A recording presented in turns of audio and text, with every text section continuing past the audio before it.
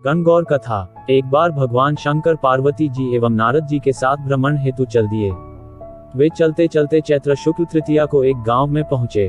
उनका आना सुनकर ग्राम की निर्धन स्त्रियां उनके स्वागत के लिए थालियों में हल्दी अक्षत लेकर पूजन हेतु तुरतम पहुंच गई। पार्वती जी ने उनके पूजा भाव को समझकर सारा सुहाग रस उन पर छिक दिया। वे अटल सुहाग प्राप्त कर लौटी। धनी वर्ग की स्त्रियां थोड़ी देर बाद अनेक प्रकार के पकवान सोने चांदी के थालों में सजाकर पहुंची। इन स्त्रियां को देखकर भगवान शंकर ने पार्वती से कहा, तुमने सारा सुहाग रस तो निर्धन वर्ग की स्त्रियों को ही दे दिया, अब इन्हें क्या दोगी?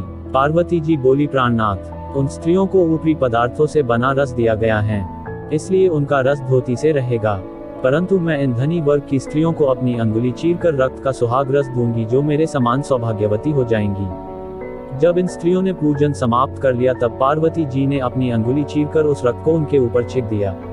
जिस पर जैसे छींटे पड़े उसने वैसा ही सुहाग पा लिया।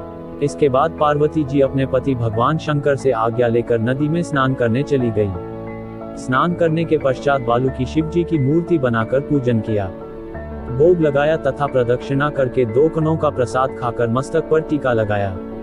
उसी समय उस पार्थिव लिंग से शिव जी प्रकट हुए तथा पार्वती को वरदान दिया, आज के दिन जो स्त्री मेरा पूजन और तुम्हारा व्रत करेगी उसका पति चिरंजीवी रहेगा तथा मोक्ष को प्राप्त होगा।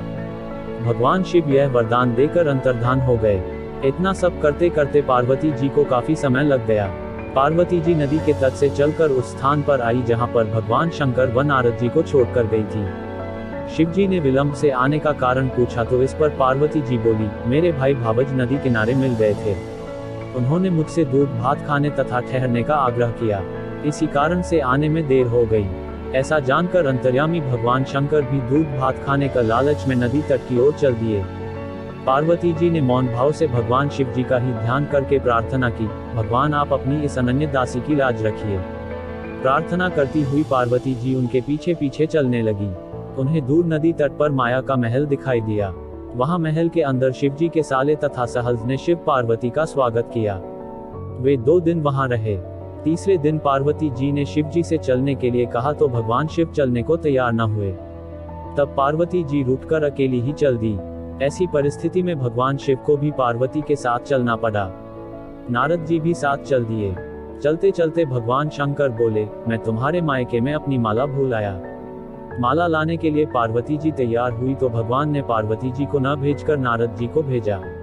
वहां पहुंचने पर नारद जी को कोई महल नजर नहीं आया। वहां दूर दूर तक जंगल ही जंगल था। सहसा बिजली कौंधी। नारद जी को शिव जी की माला एक पेड़ पर टंगी दिखाई दी। नारद जी ने माला उतारी और शिव जी के पास पहुंचकर यात्रा कर कष्ट बताने लगे।